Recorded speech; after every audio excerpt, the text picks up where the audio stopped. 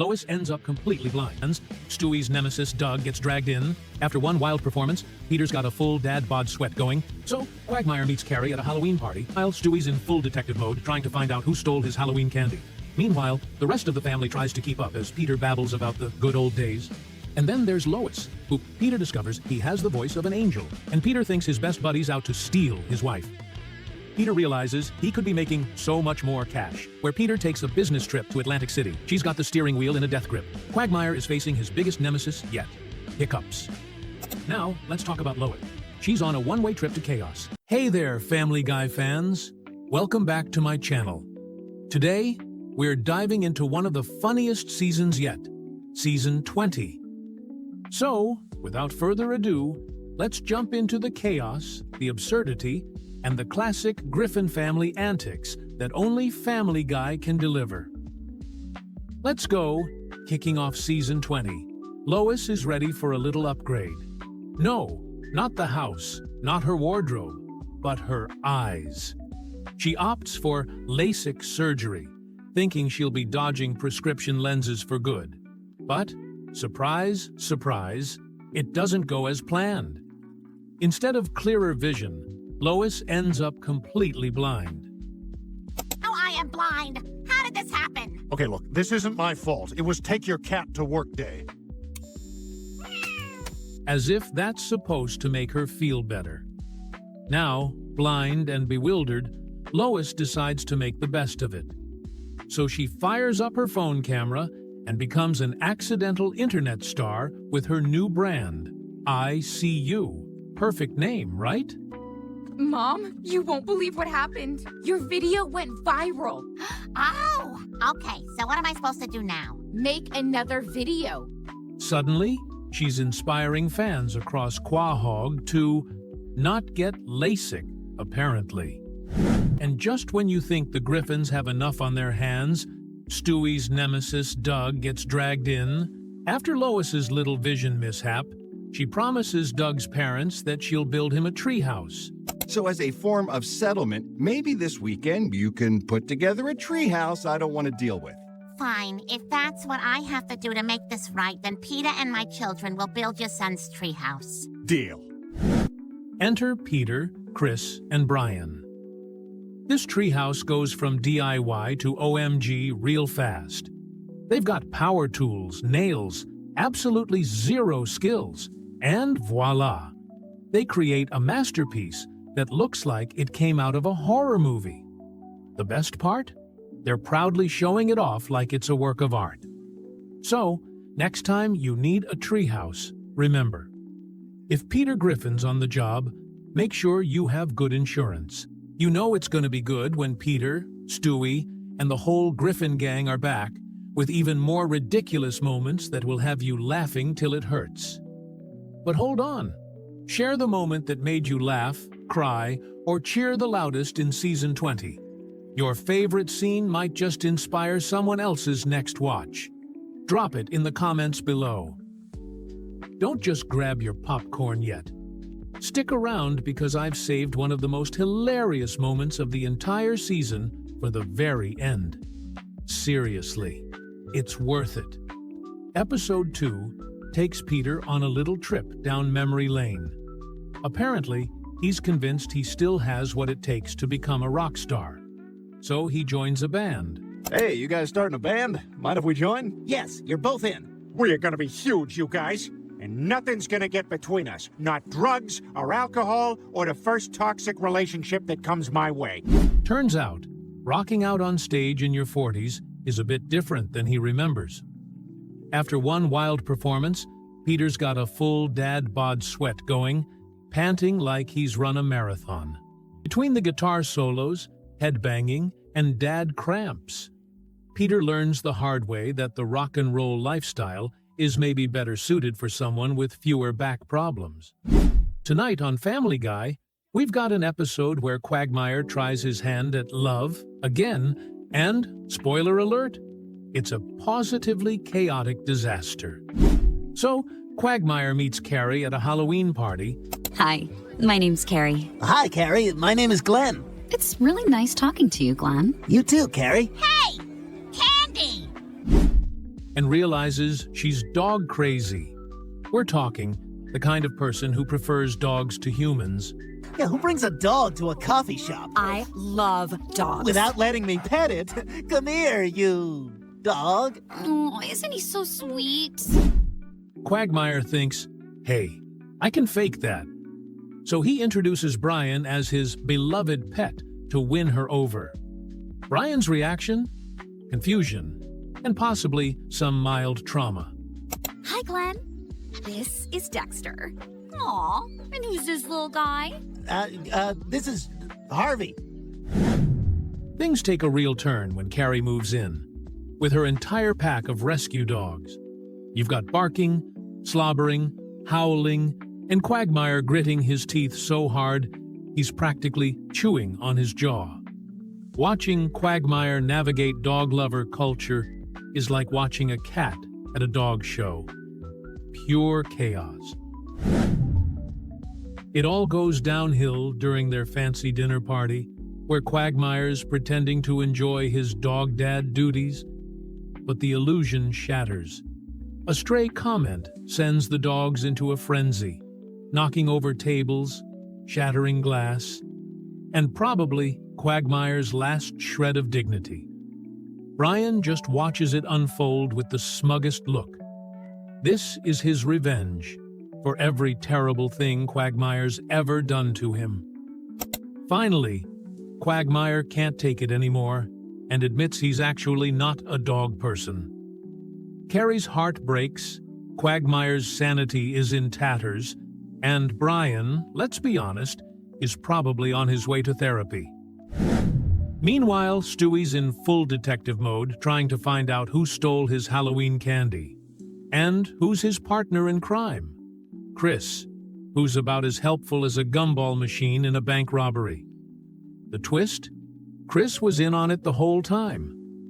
Classic Griffins. In episode 4, Peter takes his midlife crisis to a whole new level. He discovers the magic of the 1980s and instantly becomes obsessed. We're talking neon clothes, a giant boombox, and shoulder pads that could double as flotation devices. He is strutting around Quahog like it's his personal 1985 fashion show, much to everyone else's horror. Why is Dad dressed like that now? Oh, Lord, Peter, did you switch to the 1910s for silent movies? Meanwhile, the rest of the family tries to keep up as Peter babbles about the good old days. Turns out, even Peter doesn't realize how cringe the 80s can look in 2021. Who am I if I can't reference the 80s? If I can't live in the past, there's no future for me. Boy, who knew when you stop doing cocaine you get depressed? Peter. Of course, while Peter's busy in his 80s fantasy, Stewie's waging his own war against modern tech. Poor Stewie, the evil genius, can't figure out his new gadget. He's pressing buttons, screaming at Siri, and muttering threats in baby talk. Who knew a 2-year-old with a time machine could be defeated by a phone update? As Stewie's frustration reaches a boiling point, you can practically hear Silicon Valley shake in fear. One day, he vows, he'll make the perfect smartphone. That doesn't require a single update. In episode 5, Peter and Quagmire hit a bump in their bromance over the silliest fight possible. A minor disagreement spirals out of control until they're practically in a Cold War standoff. They're bickering over snack preferences, arguing about who's the better driver, and nearly disowning each other over, what else? Toilet paper orientation. Watching two grown men fight over who gets to sit shotgun is like watching toddlers negotiate for toy privileges. Who knew grown-up friendships could be this petty? Not sure what to say. I know, it's awkward. I thought things would go back to normal after we traded underwear yesterday. Meanwhile, Lois's ICU brand is going viral. But with her vision back, she's got to keep pretending she's still blind to keep her followers hooked. Now Lois is stumbling around the house, pretending to miss doorways, just so she can keep raking in the sympathy likes. She's bumping into tables and tripping over chairs, and honestly, it's pretty convincing, until she accidentally catches something mid-air. Her fans are convinced she's a blind icon, and Peter? He's just glad he doesn't have to tell her where he left his dirty socks anymore. I can't believe you've been lying. Why? Don't you get it? I have to be blind to keep the money rolling in. Picture this. Stewie, our resident evil genius, has just been struck by the deadliest diagnosis he can imagine. Cooties. The moment he hears the word, he goes into full-blown lockdown mode. But wait, he doesn't stop there. He's barricaded himself in his room like it's the CDC, complete with quarantine signs taped to the walls. He's talking to his teddy bear, asking if it's contagious. Watching Stewie, the same turns out, cooties might be the one thing his diabolical little brain can't handle. Man, something smells good in here. You cooking Brussels sprouts? No, I just farted. That checks out. Except, there's one problem. No one else cares. Meg's going around pointing out clues, like loose floorboards and dusty photos. Poor Meg is out here unraveling family secrets, and her family's like, thanks, but we'll pass on the clues. Now, Peter trying to blend in with high society. Classic disaster in the making.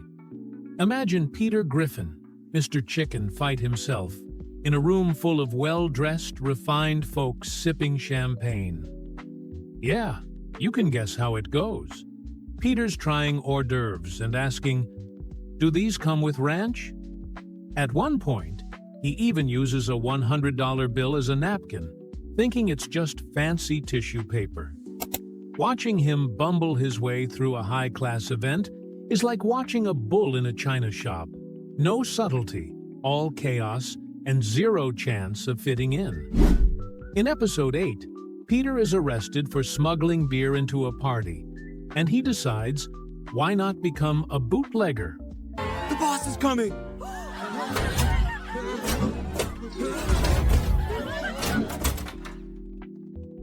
And oh, he goes all out. Peter's sneaking beer bottles into the house, acting like he's some underground smuggler. He's got them hidden under his coat, under the couch, even in the doghouse. Then, in a twist, he decides to make his own beer. And it's a disaster. Peter's beer recipe is so bad that even Brian, who's been known to drink out of toilets, takes one sip and says, "This tastes like regret." In episode 9, Peter dives deep into a noir fantasy, complete with a trench coat and the cheesiest detective voiceovers you've ever heard. He's investigating a supposed crime, but it's really just him narrating his own clueless actions.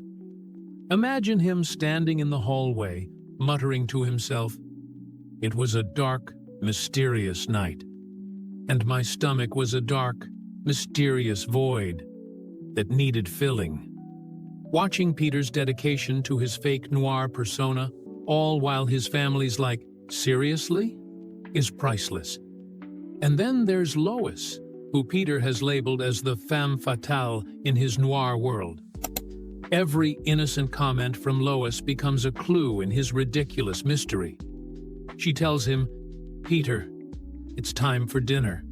And he's whispering to himself, "I know what that means. She's planning something." Spoiler, she's not planning anything sinister, just spaghetti. You really think you can pull a wool over my eyes, huh? Then explain this! It's about the pointlessness of individual lives within the relentless march of time. Oh. Watching Lois roll her eyes at Peter's detective nonsense is pure marriage goals. Oh, just shut up and kiss me. You got it, sweetheart. Stewie accidentally swipes a Christmas present from another kid, and he's absolutely panicked.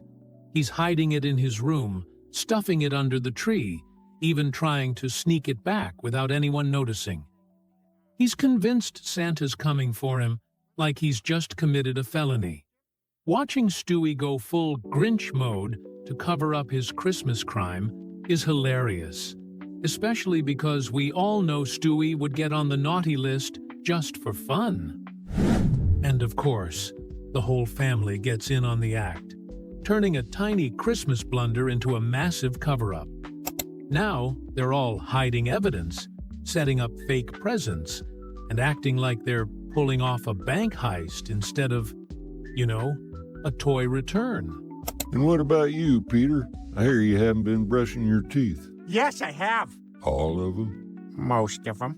Only the Griffins could turn a simple Christmas mishap into a full-blown holiday mission impossible, all to avoid a kid's tantrum. Joe, what are you doing here? Sorry, Peter, I'm on strict orders from the mayor to confiscate all the Christmas stuff in town. You heard him, Lois. Hand over the Hallmark Channel. From Stewie's cooties to Peter's bootlegging, this season of Family Guy is nothing short of chaotic, hilarious, and totally Griffin-esque. These moments prove one thing. In Quahog, you never know what kind of absurdity to expect, but it'll definitely leave you laughing. In episode 11, Peter discovers he has the voice of an angel, or at least an angel who's a little tone-deaf. He decides to join the church choir and goes all in, treating each rehearsal like it's his audition for American Idol. Peter demands solo after solo, practically shoving the other choir members out of the way to belt out Hallelujah. Only his version has some unique interpretive dance moves. He's waving his arms, swaying his hips, and finishing every verse with dramatic poses. And when the choir director tries to tell him to tone it down, Peter insists he's channeling the Holy Spirit. Spoiler alert, he's not. It's not long before the choir boys are fed up and challenge Peter to an epic sing-off. The resulting showdown? It's like an opera battle meets a WWE match, but with a church hymn playlist. Peter isn't content with regular old hymns. No, he decides to rewrite Amazing Grace to be all about Peter. Wow, that was amazing! How would you like to be a regular member of the choir? I'll do it, buddy, under one condition. We shake like that epic handshake meme. You got a deal, buddy. So now we've got a remix with lyrics like Amazing Peter, how sweet the sound, who once was lost, but still kinda is. Everyone in the choir is just standing there, jaws dropped, as Peter croons out his Amazing Peter anthem. Eventually, the choir director tries to kick him out, but Peter, in full diva mode, declares, "Nobody kicks Peter out of a choir." And in the end, they really, really do. Jesus? I am here to help you with your problem. You're gonna help me win an Emmy? Whoa, no. Your choir problem. Peter and Quagmire enter a bizarre rivalry when Lois and Quagmire start hanging out, and Peter thinks his best buddy's out to steal his wife. Determined to win her back, Peter tries his hand at romantic gestures. But instead of flowers or candlelit dinners, he goes with a homemade hot dog pizza. That's right, this pizza is smothered in mustard, chopped pickles, and, of course, hot dogs. He presents it to Lois like it's a work of art, but she just stares at it, looking like she might be sick. Peter insists, "It's the ultimate romantic meal." Lois's response? "Peter, this should be illegal." Meanwhile, Quagmire's cooking real, actual dinners for Lois, and Peter just can't figure out why she's not into his masterpiece. Even Chris says, "Dad, I'd rather eat Quagmire's lasagna than this." For once, Peter might actually take the hint. After hiring a lawyer named Doug to help with a minor injury, Peter realizes he could be making so much more cash with a few well-placed accidents. So, naturally, Peter starts staging mishaps around the house. We're talking about him purposely slipping on banana peels, tumbling down the stairs, and even going so far as to run into walls. And each time he gets hurt, he shouts, "Oh no, not another accident!" It's slapstick at its finest, with Peter literally flinging himself across the room for a payout. But when he starts thinking of more creative stunts, even Doug has to step in and tell him to cool it. Too bad Peter's already got his next scheme planned, involving a fall into the backyard pool, all while holding an accidental cake. Today, we're taking a hilarious deep dive into one of his most absurd adventures, Jersey Boar, where Peter takes a business trip to Atlantic City and turns it into, well, a chaotic, gambling-filled mess. Buckle up, folks, because this roller coaster of stupidity is about to get wild. So, the episode kicks off with Peter being, well, Peter. He's been sent on a business trip to Atlantic City with his co-worker, Preston. But instead of preparing for a boring professional conference, Peter's got one thing on his mind. Fun, fun, fun. I can't wait to go to Atlantic City. I'll be at the conference in the day, but by night, I'll be at the casino, gambling away all of our money. Ah, yes, because who needs to learn anything at a conference when you can gamble your paycheck away instead, right? You'll have one meeting, and then the rest of the time you just party. Party with Preston, but he doesn't drink. I wish you guys could come. Wait a minute. Why not? You guys should drive down with me. All right. Let's do it. Cedar Rapids, rated R for drug use and mild sexual content. Peter's whole idea of a business trip is essentially a vacation, and he's got no shame about it. And what does Peter Griffin do when he lands in Atlantic City? He doesn't go to the conference, of course.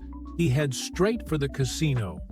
Because in Peter's world, every situation is an opportunity to gamble his life savings away. And of course, nothing goes according to plan. He ends up losing everything and just keeps moving on like it's no big deal. Griffin, I knew I'd find you in a bar. I am furious. And finally, after everything falls apart, Peter's grand realization hits. But instead of taking responsibility, Peter turns it into a life lesson. Hey, Preston, maybe this is the lesson we needed. Sometimes you gotta lose it all to win it all, right? That's business. Picture this. Meg Griffin, usually the family's punching bag, finally gets her chance to shine by driving a getaway car. Spoiler, it does not go smoothly. She's got the steering wheel in a death grip, screaming her way through town, barely dodging streetlights, pedestrians, and, oh yeah, a fire hydrant. You'd think she was on a joyride, except it's a panic-fueled mess that only Family Guy can pull off. She fumbles with the gear shift like she's playing a losing game of Guess the Pedal. Classic Meg. Oh, I'm up all right. Meg, drive! How do you want your eggs? 120 miles an hour on the razor's edge between life and death. Okay. Meanwhile, in a subplot that only Family Guy could dream up, Quagmire is facing his biggest nemesis yet. Hiccups. You know, the kind that won't stop and just keep coming. I need you to do something for me, Peter. What is it? You name it. I don't want to live like this. I need you to kill me. What? Quagmire, I can't do that. You're my best friend. He tries every home remedy in the book, standing on his head, holding his breath, chugging water upside down. And when Peter decides to help by jumping out from behind furniture dressed in the most bizarre costumes, well, let's just say things go sideways. By the time Quagmire is begging Peter to shoot him just to stop the torture, you're laughing so hard it hurts. Speaking of Peter's solutions, he's got an idea. A terrible, terrible idea. He decides to scare the hiccups out of Quagmire with a stunt so outrageous it leaves you wondering, why is this man in charge of anything? Naturally, it doesn't work, but the journey there is pure comedic gold, as Peter turns a simple hiccup into an apocalyptic event. By the end, you realize Peter's not fixing anything. Peter, no! They went away! My hiccups are gone! Oh, no, that's exactly what you said not to listen to. Peter, please, I swear, they're gone! Listen! He's just making it 100 times worse. And somehow, that's the whole point. Okay, picture this. Peter and Chris hit the road to Canada, so Chris can prove his girlfriend actually exists. But Peter? Oh no. He treats the whole trip like a vacation. Forget about Chris's serious mission. Peter's all about that Canadian life. He's excited about everything, like maple syrup, like genuinely fascinated by maple syrup. Wait, we're crossing into Canada? I thought we were going to a theme park? Classic Peter. He genuinely thought they were headed to an amusement park. Look at him. Absolutely clueless. Now, let's talk about Lois. She's hooked on Brian's painkillers. And if you thought Meg's getaway driving was a disaster, wait till you see Lois stumbling through a grocery store. She's on a one-way trip to chaos, knocking over displays, accidentally rolling a cart down the aisle like a bowling ball, and mistaking the candy section for a life-or-death obstacle course. It's a train wreck you can't look away from. Meanwhile, Cleveland resurrects an old ping-pong table, and suddenly, Peter's house is the place to be. But this isn't just any game. Oh no. It turns into a neighborhood-wide battle of ping-pong supremacy, with rules so bizarre they make Quidditch seem reasonable. Arguments, bets, and a flying paddle or two later, it's clear the Griffin household is never going back to normal. So let's solve this like children. A game of ping pong for the table. Whoever wins keeps it. You're on! And last but not least, we have Brian's reaction to Lois's painkiller addiction. The sarcastic comments, the disbelief, the face palms. Brian is done. Watching him switch from concern to exasperation is the kind of deadpan humor that Family Guy does best.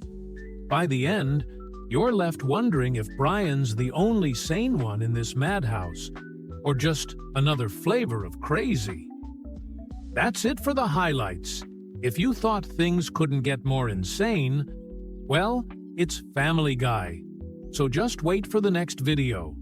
Drop a comment below with your favorite moment, hit that subscribe button for more Griffin shenanigans, and as always, keep laughing.